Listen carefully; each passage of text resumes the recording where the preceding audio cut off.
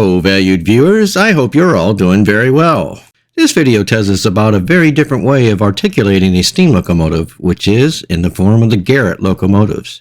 And we'll also talk about a particular South African class that stands out amongst the group, among many.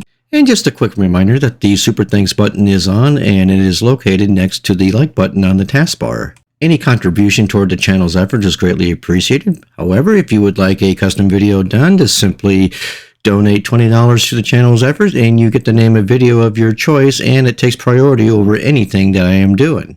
And with that, let's get on with the video. Enjoy.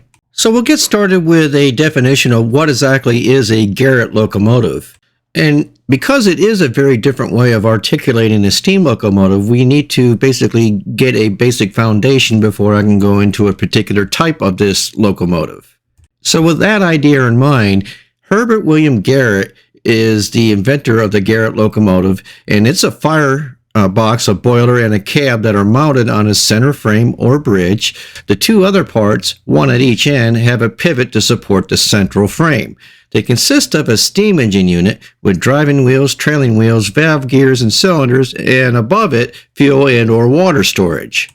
Articulation permits locomotives to negotiate curves that might restrict large rigid frame locomotives. The design also provides more driving wheels per unit of locomotive weight, permitting operation on lightly engineered track. Garratt locomotives produced as much as twice the power output of the largest conventional locomotives of railways that introduced them, reducing the need for multiple locomotives and crews.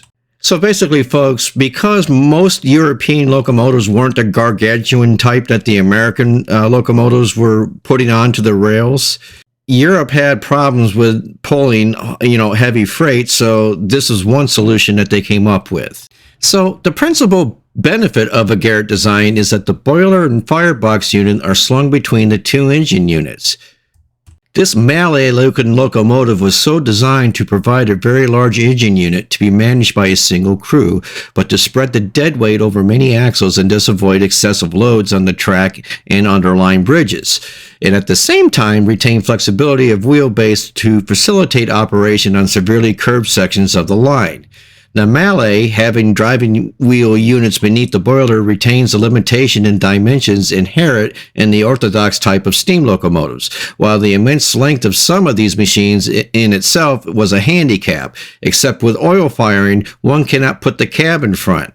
Garratt patented the idea of having a single large boiler slung on a cradle carried on two entirely separate engines. The boiler could be developed to ideal proportions in that event, unfettered by any wheels beneath it. It could be kept short and or a large diameter, which is the best possible form of securing a high rate of evaporation. And furthermore, is the firebox and the ash fan were not restricted in dimensions by running gear. The ash fan can have a much larger capacity than on a normal locomotive, allowing longer continuous runs without needing to stop and empty the ash pan to clear combustion products from the grate. A large firebox and its unrestricted air supply also allowed the Garratts to operate with poor quality fuel without reducing steam capacity. Garratts ran equally well in either direction, negating the need for turntables. Often they ran with a cab leading the boiler, and this was especially true on routes with a lot of tunnels. As such, most Garratts were designed for freight or mixed traffic, but several Garratt classes were designed for passenger service. A French-built Algerian Railways Garratt holds the world record for an articulated locomotive at 82 miles an hour. Garratts operating at higher speeds had one advantage over the Malay design on account of the geometry of the design. When swinging around curves, the boiler and cab unit moved inward, reducing the centrifugal force, whereas the Malay's forward articulating unit moved out as the locomotive rounded the curves. Although at the end of the steam locomotive era, most conventional steam locomotives had reached their maximum and critical dimensions, the Garratt still had potential for further development, with larger driving wheels, larger boilers, and greater output still achievable. One major disadvantage of a Garratt-type locomotive is that the adhesive weight decreases as the water is used from the front tank and the coal from the rear bunker. As the weight on the wheels decreases, slipping starts occurring, and this is a major factor why no U.S. railroads or manufacturers were interested in producing this locomotive for use in North America. So Garratts were used mostly in Europe and other parts of the world, such as most of Africa, Algeria, Angola, Botswana, Kenya, Rhodesia, Sierra Leone, Sudan, Asia, South America, New Zealand, several European countries, including the United Kingdom and Spain and the Netherlands. So outside of North America, as you just heard, this locomotive was pretty widespread. So that's the basic foundation of the Garratt type locomotive. So on to the feature locomotive for this video, which is the South African class GL 482 plus 284 type locomotives. And also this covers the class GMA as well. Between 1954 and 1958, the South African Railways placed 120 Class GMA Garratt articulated steam locomotives with a 482 plus 284 wheel arrangement, basically known as double mountain type locomotives. And all these locomotives could be configured as either a Class GMA branch line or a Class GMA M mainline engine. This was the most numerous Garratt class in the world. The light rail branch line class GMA and mainline class GMA-M Garratt locomotive was a single class which could be configured for either branch line or mainline working, and this was a development of the large class GM branch line locomotive which was introduced in the South African Railways in 1938. Like the Class GM, the Class GMA was a tank and tender Garratt which ran with a semi-permanently coupled auxiliary water tender to augment its meager water capacity. So this new class of Garratt locomotive was designed in 1952 under the supervision of L.C. Grubb, who was the chief mechanical officer of the South African Railway between 1949 to 1954. An order for the first 25 of these locomotives was placed with Henschel & Son in Germany. They were built in 1953 and were delivered and placed in service in 1954 and numbered in the range from 4051 to 4075. These first 25 locomotives were equipped with Type X-17 water tenders built by the South African Railroad in its, I'm not even going to try to pronounce it, in one of their shops in 1953, Pieter Maritzburg or something like that.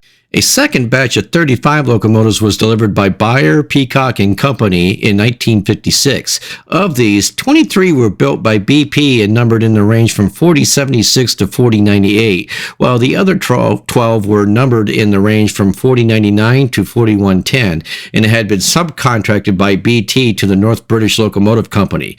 These 12 engines therefore bore work plates showing BP as well as MBL as builders. This was followed by a third and final batch of 60 locomotives in 1958. Of these, 30 were delivered by BP, of which only 10, numbered in the range from 4121 to 4130, had actually been built by BP. The other 20, numbered in the range from 4111 to 4120 and 4131 to 4140, had once again been subcontracted by BP to MBL. These 20 therefore also bore work plates showing BP as well as MBL as builders. Number 4140 turned out to be the last steam locomotive built by the North British. The other 30 locomotives of the third batch, numbered in the range from 4141 to 4117, were again built by the Henschel in Germany. These locomotives were thoroughly modern in design with one-piece cast steel frame with Franklin spring-loaded wedge horns manufactured by Commonwealth Steel Castings Corporation in the United States of America. Like the Class 25 locomotive, it had roller-bearing axle boxes on all wheels but not on the crank pins, with cannon boxes on all axles except those for the inner Bizzle trucks, which had outside bearings. It had mechanical lubrication throughout, self-adjusting pivots, a U-shaped foundation ring welded to the inner and outer firebox button edges, and all welded fireboxes. The engine units also had Commonwealth cast steel type frames. The boiler's inside diameter was 6 feet 11.5 inches at the first ring and 7 feet 1 1/4 inches at the firebox end. The boiler had an inspection manhole fitted to the top of the boiler after the dome. The locomotive was superheated with a mechanical stoker and Walschaerts valve gears. It could negotiate curves of 275 feet radius with a gauge widening of not more than 3/4 of an inch and a super elevation of 4.5 inches.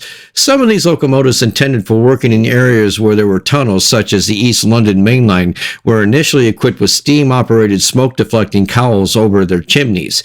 When the smoke cowls were later removed, these specific locomotives could still be identified by their almost non-existent chimneys, which had to be shorter in order to enable the cowls to fit within the loading gauge.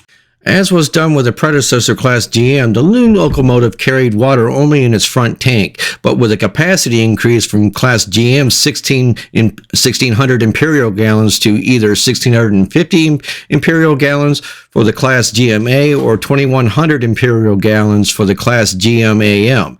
Likewise, the rear bunker carried only coal, but with a capacity increase from the Class GM's 10 long tons to either 11 long tons or 14 long tons for the Class GMAM. As with the Class GM, the Class GMA's water supplies was augmented by a semi-permanently coupling a purpose-built auxiliary water tender. The first batch of 25 locomotives were tended by the same type X17 water tender which was used by the Class GM, with a capacity between 6,750 and 6,815 imperial gallons. The rest of the locomotives were tended by X20 water tenders with a capacity of 6,790 imperial gallons, and the tenders were numbered for their engines and were painted black with red buffer beams. And these locomotives were designed to operate on as little as 60-pound rail. Although the South African Railway specifications called for 15 long tons maximum axle loading, the Class GMAN spent its entire career running on track that could take 18 long tons or more, without the restriction of the coal bunker and onboard water tank capacity to 14 long tons and 2,100 imperial gallons, respectively, and the necessity to haul along a water tender. The class would have been much more useful and their service lives could have possibly been prolonged. Their shortcomings as traffic machines was possibly one of the root causes of the rapid mainline dieselization of the South African railways in the 1960s. So some basic specifications of this GMAS type Garratt locomotive of the South African Railway is the firebox was 212 square feet. The cylinders were 4, and the cylinder size were 20.5 inches and by 26 inches. Valve gears were Walschaerts valves, and the valve types were piston, and the couplers were AAR knuckle type couplers. The maximum tractive effort was 60,700 pounds. The total weight of the locomotive and tenders was 241 long tons, and the adhesive weight was a total of 122 long tons over the drivers. The maximum axle load was 15 long tons. The height of the locomotive was 13 feet, and maximum driver size diameter was 54 inches. And with that, I shall wrap up the video. If you enjoyed the content today, please leave a like on the video. And also, if you've not subscribed, please hit the subscribe button, as both features, the like and the subscribe, help the channel grow immensely. And don't forget about the super thanks button. Any contribution is highly welcome, and I thank you if you want to do that. And if you don't want to do it that way, you can visit our print shop at Nickel Plate Limited on Etsy.com. And we thank you very much.